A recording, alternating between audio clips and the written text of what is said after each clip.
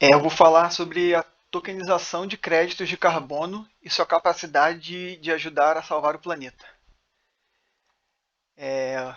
Os países vêm buscando há décadas maneiras de reduzir suas emissões de gases poluentes, que são os gases causadores do efeito estufa, como o gás carbônico, por exemplo. E que, por consequência desses gases, o planeta está sofrendo cada dia mais o problema causado, que é o aquecimento global.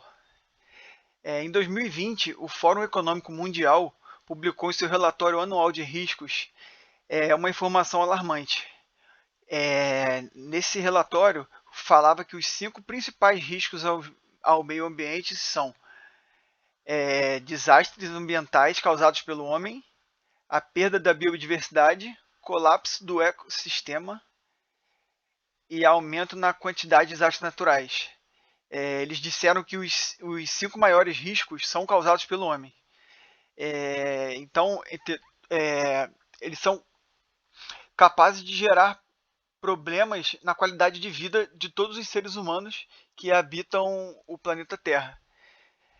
Isso só mostra o quanto que o aumento da industrialização vem causando mais e mais problemas de acordo com o que a gente vem produzindo.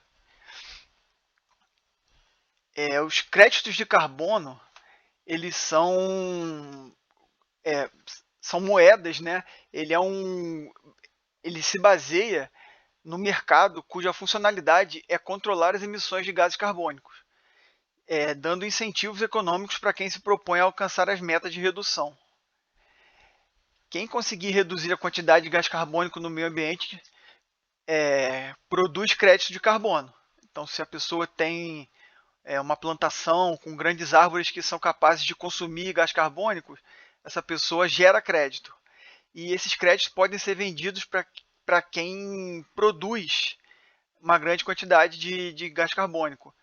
E aí você gera um balanço, onde se é possível negociar. É, porém, grandes empresas ainda têm dificuldade, empresas e investidores têm dificuldade em saber como que eles fazem para fazer esse investimento. E com o aumento do interesse no assunto, diversos atores interessados é, têm, têm se demonstrado interessados para aumentar, né, essa quantidade de créditos, essa quantidade de consumo e diminuir o seu próprio impacto ambiental. Essa ideia veio como resposta ao protocolo de Quioto, que exigia a redução das emissões de gases do efeito estufa de países industrializados. E esse assunto voltou ao tema no Acordo de Clima de Paris, cujo objetivo era limitar o aquecimento global de 2 graus para 1,5. É, o tamanho do mercado de carbono hoje é estimado em 82 bilhões de dólares por ano, de acordo com o Banco Mundial. Existem atualmente 51 iniciativas de precificação de carbono, isso em 2020, em todo o mundo, sendo 25 iniciativas de comércio de emissões e 26 de tributação de carbono. Essas iniciativas cobrem 20% de todas as emissões globais de gases do efeito estufa, ou seja, 11 gigatoneladas de dióxido de carbono. Uma afirmativa feita pelo Banco Mundial conclui que as receitas de precificação de carbono já chegam a 33 bilhões de dólares. Hoje em dia, o mercado de carbono ainda é muito fragmentado. Ou seja, cada país decide o preço e regulamenta o seu comércio. Existem ainda exigências mínimas, né?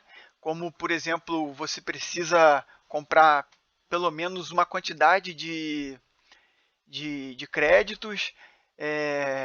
Exige ainda que você compre, às vezes, grandes pedaços de áreas que tenham plantações.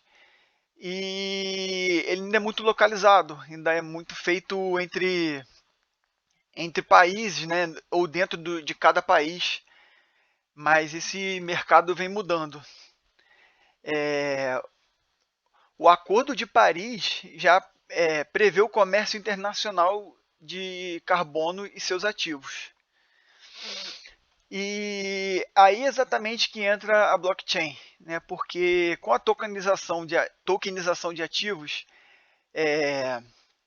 a gente consegue gerar um token numa plataforma de blockchain para fazer a verificação dela. Isso representa digitalmente um ativo negociável. E como os créditos de carbono têm se demonstrado um bom negócio, a gente claramente pode ver que eles são, são mercados para que se possa gerar essa tokenização, né? Porque com a tokenização do crédito, a gente consegue fazer com que ele seja melhor negociável. Atualmente, grande parte dos créditos de carbono são comercializados em bolsas regionais que exigem uma quantidade mínima de aquisição, né? E com a tokenização a gente conseguiria mais liquidez, aumentaria a visibilidade de outros investidores de fora do mercado, né, de crédito de carbono, pessoas que não necessariamente estão gerando carbono, mas elas podem investir nesse mercado. E além de pequenos investidores também podem negociar esses créditos, entrar. E isso aumenta muito a visibilidade também, né, do crédito carbono e vai tornando ele cada vez mais uma moeda mais palatável e mais negociável. E gera outras oportunidades de negócios de mercado em mercados globais. E assim, além disso, poderiam ser negociadas frações de créditos, não precisariam ser negociados né, créditos inteiros, poderiam ser só frações, o que claramente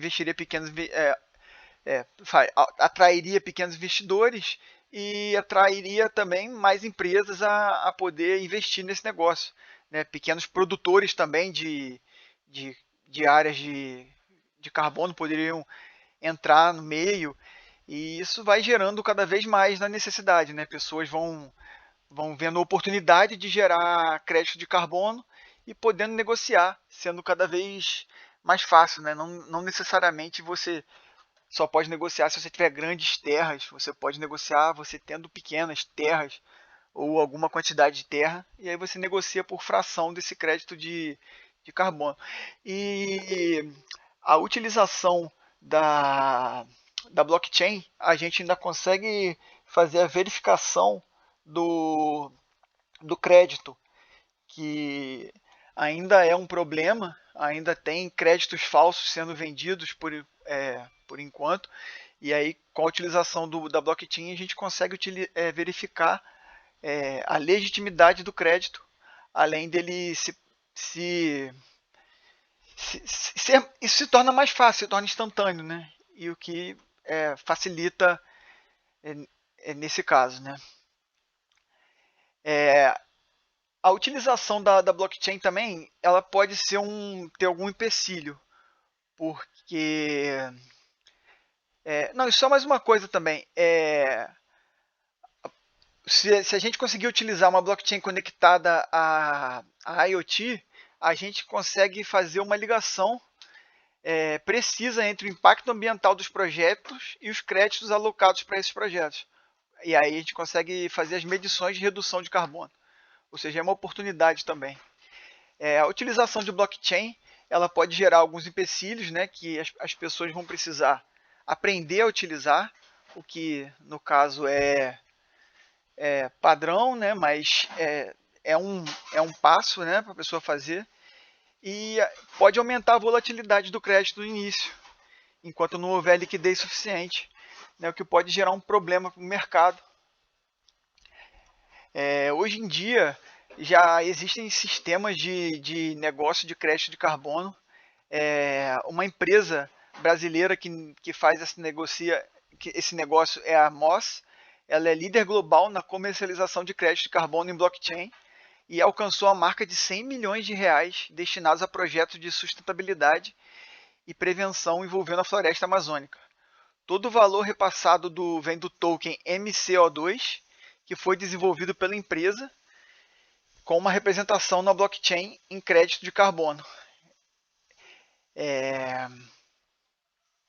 A ideia de vincular crédito de carbono à tecnologia blockchain garante o rastreamento digital dos projetos que fazem parte do mecanismo REDD e REDD+, que é a redução das emissões de desmatamento e degradação florestal somados à conservação do território, beneficiados pela MOS, além da integridade sobre o processo da compensação de emissões geradas pelo processo produtivo. Uma gigante do petróleo, a Equinor, da Noruega, que é capaz de extrair 750 mil barris de óleo por dia no pico da produção, já adota blockchain para mitigar os seus efeitos negativos no clima e promete zerar as emissões de carbono até 2050. E aí, com isso, nós podemos ver que o futuro dos mercados de carbono se dá na descentralização da comercialização do mesmo, o que facilita o comércio e ajuda a reduzir os efeitos de poluição no planeta, além de gerar ótimas oportunidades e negócios sustentáveis. Obrigado.